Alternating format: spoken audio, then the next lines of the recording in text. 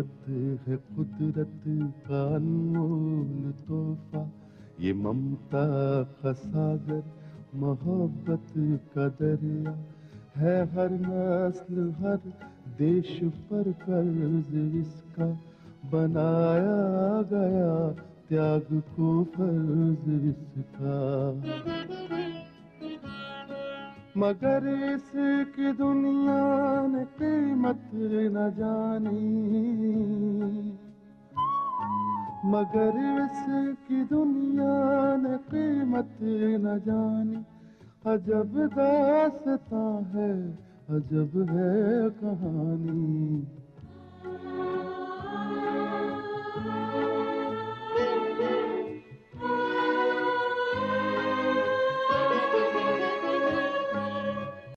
देखो सबा बेटी, तुम्हारा काम तो हो गया।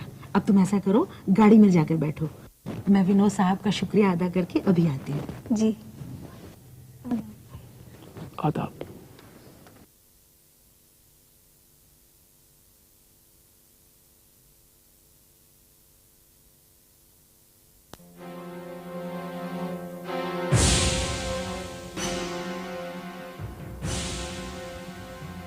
क्यों विनोद साहब, कैसा रहा मेरा सिलेक्शन?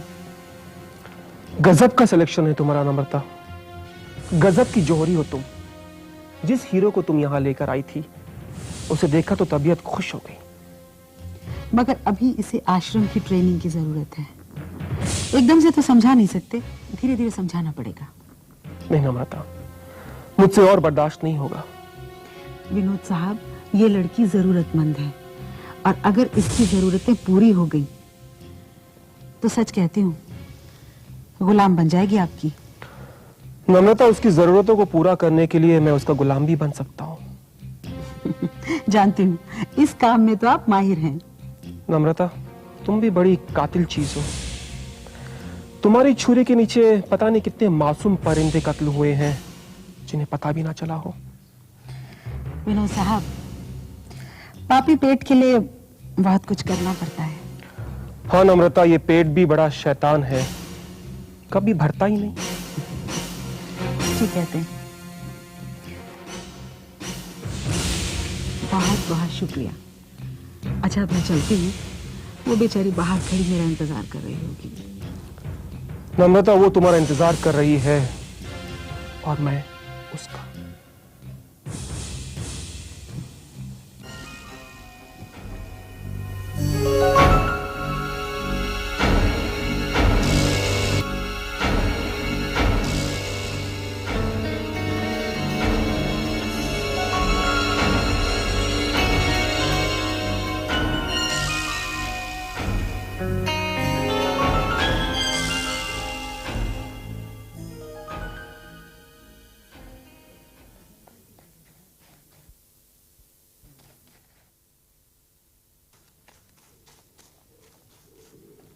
अम्मी, मैं आ गई। अरे तू आ गई बेटा, मैं कब से तेरा इंतजार कर रही थी। हाँ अम्मी, तुम्हारा इंतजार खत्म हुआ और एक खुशखबरी है तुम्हें सुनाने के लिए। अच्छा तो सुना ना बेटा। अम्मी, खुशखबरी सुनाने से पहले मैं बता दूं, नम्रता आंटी बहुत अच्छी और नेक औरत है। उनकी बहुत इज्जत है लोगों में। हाँ बेटी, वो तो सूरत से ही नेक और शरीफ नजर आती है। मगर तू ये तो बता कि वो खुशखबरी क्या है। अम्मी, मुझे नौकरी मिल गई है। क्या सचमुच बेटा? कहाँ मिली तुझे नौकरी? अम्मी, नम्रता आंटी मुझे ठाकुर एंड ठाकुर के दफ्तर ले गई थी। वहाँ मेरी मुलाकात उन्होंने विनोद ठाकुर से कराई। उन्होंने मेरे सर्टिफिकेट और मेरे डिजाइन देखे और खुश होकर मुझे अपने डिपार्टमेंट में नौकरी दे दी। सचमुच बेटे? हाँ अम्मी, आगे तो सुनो क्या हुआ। तो जल्दी सुनाना बेटा। अम्मी, पता है उन्होंने मेरी तनख्वाह कितनी तय की है? अब तू मुझे बताएगी तभी तो पता चलेगा ना। अम्मी, उन्होंने मेरी तनख्वाह 5,500 रुपए महीना तय की है। या अल्लाह, 5,500 रुपए? हाँ अम्मी, 5,500। 5,500? सुन ली मैंने तुम लोगों की बातें। कहाँ है 5,500 रुपए? बिल्ली को ख्वाब में भी छीछड़े नजर आते हैं। देख सुबह की माँ, मुझसे झूठ बोलने की कोशिश मत करना। लाओ रुपए मुझे दे दो। खुदा बचाए हमें इस अजाब से। अरे तुमने कोई ख्वाब देखा है क्या? अरे अभी तो तुम दोनों बात कर रहे थे 5,500 रुपए की। ओह, वो तो नौकरी की बात कर रही थी लड़की। नौकरी के लिए अर्जी दी है, जब नौकरी मिल जाएगी तो मिलेंगे 5,500 रुपए। अच्छा, तो ये बात है। तो तुम ये आराम से नहीं कह सकती थी? इसमें चिल्लाने की क्या जरूरत है, हैं? तुम क्या समझती हो मुझे? मैं कोई बेकार आदमी हूँ? अरे, मुझे तुम्हें बेकार आदमी बोलकर अपनी मौत को बुलाना है? चुप रहो। बेटी सबा, ये बताओ, नौकरी के लिए वो अर्जी तुमने कहाँ दी है? यही बाबा कुछ निजी कंपनी में। तो तुम मुझे उस कंपनी का नाम बता दो, मैं जाकर उन लोगों से बात करता हूँ। अरे मेरा नाम सुनते ही तुम्हारी नौकरी पक्की हो गई। रहम करो मेरी बच्ची पर, और कहीं जाने की जरूरत नहीं है। तुम्हारे जाने से तो उल्टा बनते हुए काम और बिगड़ जाएंगे। देखा देखा अपनी माँ को किस तरह बात कर रही है मुझसे। ठीक है तो कह रही हैं अम्मी। तो ठीक है, मत बता नाम, मुझे नहीं करनी बात, और जो तेरी मर्जी है कर। सुनो, मुझे कुछ पैसे दो, लाओ। अरे, खाने के तो बांधे पड़े रहे घर में, और ये मुझसे मांग रहे हैं पैसे। सबा बेटी, समझा इनको कि किस तरह से हमने अपनी इज्जत को ढांप रखा है। तो मैं कौन से इज्जत पे बट्टा लगा रहा हूँ? ये तो हुआ नहीं कि शौहर इतने दिनों बाद घर आ रहा है। इतने दिनों बाद घर आ रहा है तो कौन सी कमाई करके आ रहा है? देख बेटी, समझा दे इसे, बहुत दिमाग खराब कर रही है मेरा। अम्मी चुप हो जाओ, अब्बा कहाँ से लाएंगे पैसे? तुम तो कुछ ख्याल करो, एक तो कुछ कमाते धमाते नहीं, और दूसरा जब भी घर में आते हो मुझसे पैसे मांगते हो। तो कौन सा गुनाह कर दिया मैंने रुपए मांगकर? अम्मी के पास पैसे नहीं तो दे देगी ना। तो चुप कर, ये सब तुम्हारी तालीम का नतीजा है। अरे बाप से खिलाफ कर दिया तुमने इसको। नहीं चाहिए मुझे ऐसे रुपए, नहीं चाहिए। मैं लानत भेजता हूँ तुम्हारे रुपए पर।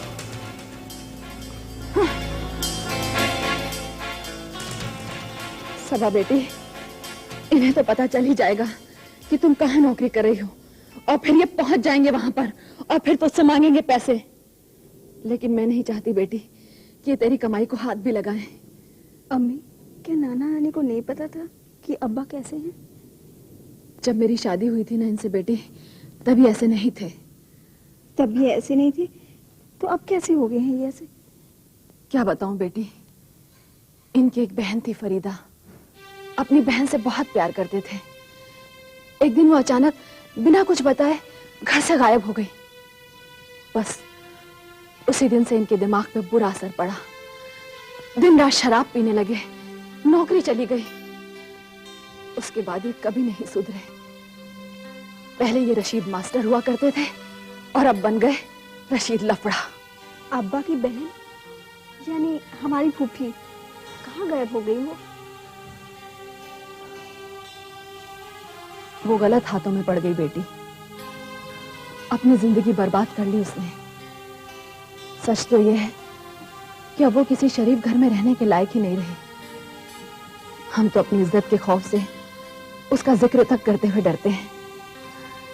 अल्लाह से दिन रात यही दुआ करती हूँ कि किसी तरह तेरे हाथ पीले हो जाएं, कोई शरीफ लड़का मिल जाए तुझे। लेकिन इनके लांछन देखकर कौन इस घर में रिश्ता मांगने आएगा? छोड़िए अम्मी, जो नसीब में लिखा है वो तो होकर ही रहेगा। हाँ बेटी। अच्छा, तू नौकरी पर कब से जा रही है? कल से जाऊंगी अम्मी। अच्छा सुन, नौकरी पर जाने से पहले उस लड़की प्रगति से मिलना मत भूलना। ये डिजाइन बनाने का हुनर उसी ने सिखाया है तुझे, इसलिए वो तेरी उस्ताद है। तो नौकरी पर जाने से पहले उसका शुक्रिया अदा करने जरूर जाना। हाँ अम्मी, मैं प्रगति दीदी के पास भी जाऊंगी। और हाँ, सैफ कहाँ है? और कहाँ होगा, पतंग लूटने गया होगा।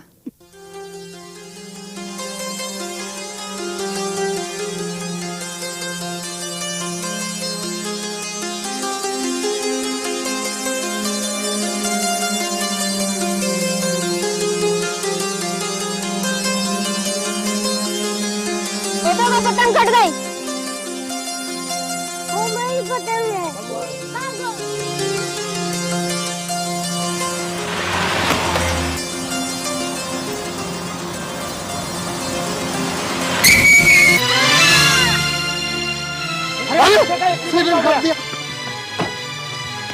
अरे ये अमीर लोग अपने बाप की सड़क समझकर गाड़ी चलाते हैं, इनको किसी की जान की क्या परवाह है? ये सड़क पर गाड़ी नहीं चलाते, हवाई जहाज चलाते हैं, हवाई जहाज। गरीब की जिंदगी तो इनके लिए पूरे करकट के जैसी है, आंखों पर चर्बी चढ़ी होती है, कुछ नहीं दिखाई देता इन्हें। देखिए अब जो हादसा होना था वो हो गया, अब जो सबसे जरूरी काम है वो इस बच्चे की जिंदगी बचाना। इसकी जिंदगी का इतना ही ख्याल था तो एक्सीडेंट किया क्यों? देखिए आपने जो कुछ भी कहना है वो कह लीजिए, पहले इस बच्चे को हॉस्पिटल ले जाना ठीक कह रहे जरूरी हैं, है। इनसे तो हम बाद में निपट लेंगे, पर बच्चे का इलाज जरूरी है।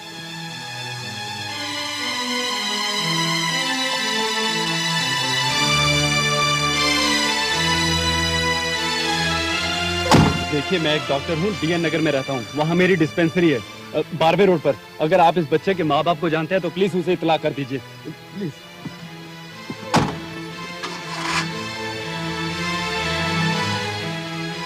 अरे कोई जानता है ये बच्चा किसका? हाँ हाँ मुझे मालूम है, बच्चा 7 नंबर चाल में रहता है। तो जाकर इसके घर वालों को खबर कर दो। ठीक है।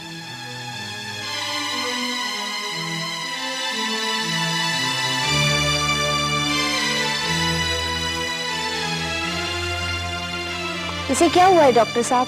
सिस्टर ये मेरे गाड़ी से टकरा गया है, इसके सर पर चोट है, आप जल्दी से बैंडेज ले आइए।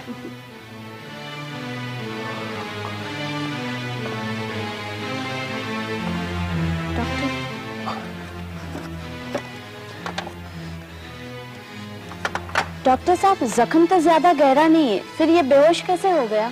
सिस्टर बेहोश होने की वजह शॉक भी हो सकता है। खतरे की तो कोई बात नहीं। नहीं, खतरे की बात होती तो मैं इसे अपने नर्सिंग होम नहीं लाता, बल्कि किसी बड़े हॉस्पिटल ले जाता। मामूली सी चोट है, थोड़ी देर में होश में आ जाएगा, पर हो सकता है बच्चा अपने आप को हॉस्पिटल में देखकर घबरा जाए, इसलिए आप कुछ चॉकलेट्स वगैरह खाएंगे। Okay doctor.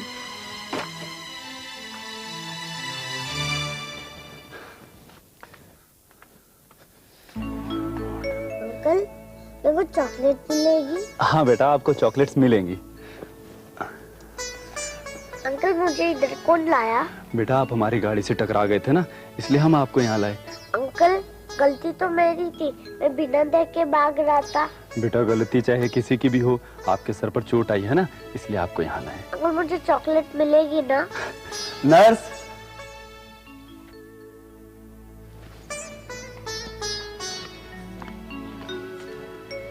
ले बेटा। Thank you uncle. Okay welcome sweet boy.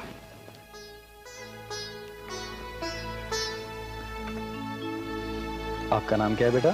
सिर्फ। Very good name. सर मेरे भैया क्या हुआ तुझे? देखिए घबराने की कोई बात नहीं है, मेरी गाड़ी से टकरा गया था, सर पर मामूली सी चोट है, अब ये बिल्कुल ठीक है। मैं इसे घर ले जाऊं? जी हाँ, अब आप इसे घर ले जा सकते हैं, पर कल इसे दोबारा लाना पड़ेगा। कल फिर से लाना होगा? माफ कीजिए, आपको मेरी वजह से तकलीफ हुई। मैं शर्मिंदा हूँ कि ये बच्चा मेरी गाड़ी से टकरा गया और इसे चोट आई, और अब मेरा फर्ज बनता है कि मैं सैफ का पूरा इलाज करूँ। अगर आप नहीं आ सकती तो मैं आपके घर आ जाऊंगा, आप मुझे अपना पता दे दीजिए। जी नहीं, मैं ले आऊंगी इसे कल।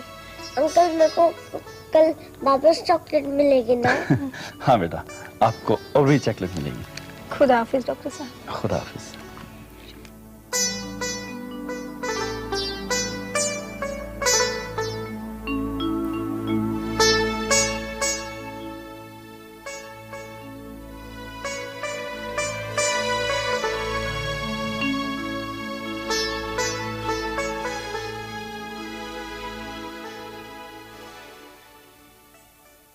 डॉक्टर साहब बाहर एक पुलिस कांस्टेबल आया है आपसे मिलने। Police constable? अच्छा उसे अंदर भेज दीजिए।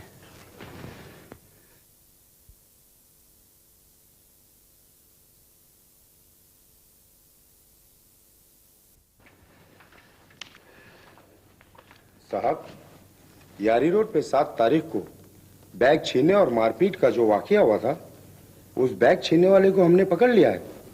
थाने में शनाख्त के लिए आपको मेरे साथ चलना होगा। कब चलना है? अभी चलिए। चलिए मैं आता हूँ।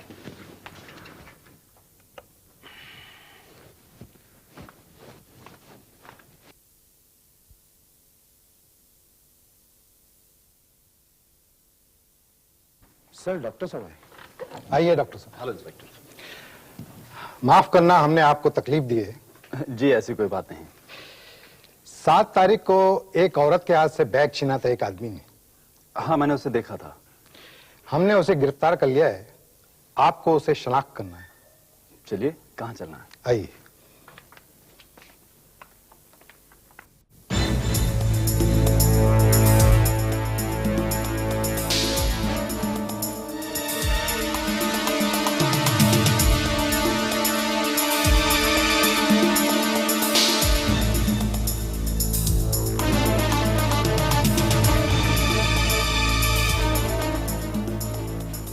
आइए डॉक्टर साहब। ये लोग जो लाइन में खड़े हैं, आप अच्छी तरह पहचान कर बताइए कि वो आदमी कौन है।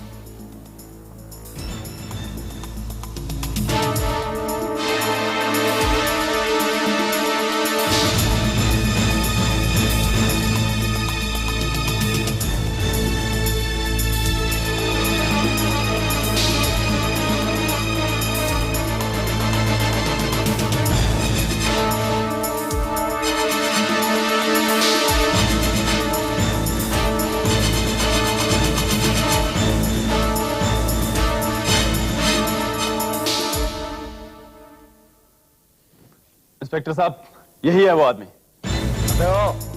क्यों झूठ बोलता है? इंस्पेक्टर साहब, मैंने कुछ नहीं किया। मैं तो शरीफ आदमी हूँ, मैं सच कहता हूँ।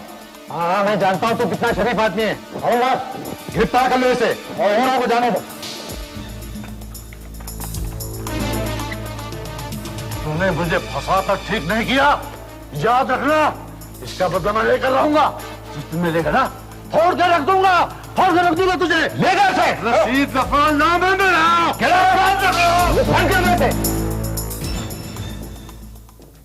शुक्रिया डॉक्टर साहब, आपका बहुत बहुत शुक्रिया।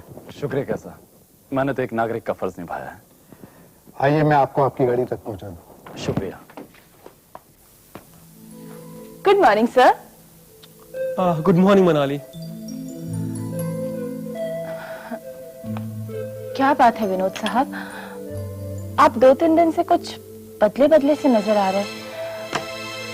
अब उस फोटोग्राफर ने आपकी और मेरी तस्वीरें खिंचवाई, इसमें मेरा कौन सा कसूर है? मनाली, ना तो मैं तुमसे नाराज हूं और ना मैं परेशान हूं उन फोटोग्राफ्स की वजह से। तो वो कौन सी बात है विनोद साहब? आपकी परेशानी की वजह से मैं रात भर सो नहीं पाती। मनाली, तुम तो जानती हो ना कि मेरे लिए सबसे बड़ा प्रॉब्लम है डिजाइनर ऑफ द ईयर का अवार्ड, जिसके लिए दिन रात तैयारियां चल रही है मनाली। और मेरी परेशानी तो और भी बढ़ गई है क्योंकि मेरे मुकाबले पर प्रगति है। ये मेरे लिए प्रेस्टीज इश्यू बन गया है मनाली। ये अवार्ड मैं जीतूं या ना जीतूं, मगर ये अवार्ड हरगिज नहीं मिलना चाहिए प्रगति को। मॉर्निंग विनोद साहब। Suresh ji, please come in. Sir, आपने कमाल कर दिया। जो डिजाइन आपने भिजवाया है ना, वो तो बस एकदम कमाल है। यही वो डिजाइन है जो प्रगति क्रिएशन के डिजाइन का मुकाबला कर सकते हैं डटकर, बल्कि उनसे जीत सकते हैं। तो क्या इतने अच्छे हैं डिजाइन? अच्छे हैं, बहुत अच्छे हैं सर। मैं तो कहता हूं कि आप उन्हें पेटेंट करवा लीजिए। क्यों नहीं? सूरज जी, आप मिसेस सोदी को फोन करके मुझसे मिलने के लिए कहिए और उस लड़की को भी मुझसे मिलने के लिए कहिए। वो लड़की तो अभी आई नहीं। आई नहीं? जी नहीं। ताज्जुब है। जैसे आएगी उससे कहो मुझसे मिलने के लिए। जी। You can go now. Okay.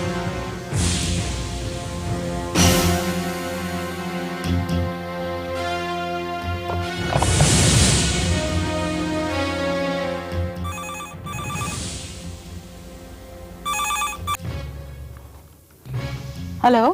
Hello Namrata ji, मैं विनोद ठाकुर बोल रहा हूँ। अरे विनोद साहब, हाँ कहिए, कैसे याद किया? वो नई लड़की है ना, क्या नाम है उसका, सबा। हाँ हाँ। वो अभी ऑफिस नहीं आई। वो ऑफिस नहीं आई? मगर वो तो बहुत ही पंक्चुअल लड़की है। नर्मदा जी, आप फौरन उसे कांटेक्ट कीजिए और उसे ये कहिए कि मैंने उसकी तनख्वाह 2000 रुपए और बढ़ा दी है। क्या बात है विनोद साहब, अभी तो आपने उसे पूरी तरह से देखा भी नहीं है, फिर मेहरबानियों का सिलसिला शुरू भी हो गया। बात ऐसी है नम्रता जी कि मैं अपने बिजनेस के मामले में काफी सिंसियर हूँ। मैं आपको इस नई खोज के लिए मुबारकबाद देता हूँ। शुक्रिया। अच्छा, मैं उसे मिलने की कोशिश करती हूँ, जल्दी से जल्दी। ठीक है। अच्छा नमस्ते।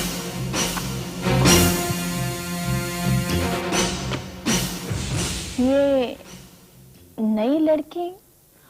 वो हमारी फर्म की डिजाइनर है। कब अपॉइंट हुई? 2 दिन पहले आई थी इंटरव्यू के लिए। तभी मुझे 2 दिन की छुट्टी लेने के लिए कहा था आपने। मनाली, तुम मुझे गलत समझ रही हो। तुम अपने आप को उससे कंपेयर मत करो। वो इस फर्म की मुलाजिम है। मैं भी तो एक मुलाजिम ही हूँ। तुम मेरे लिए सब कुछ हो। क्या आप सच कह रहे हैं? क्या हो गया तुम? आज मुझ पर शक करने का दिन है क्या? सुनो, मेरे करीब आओ।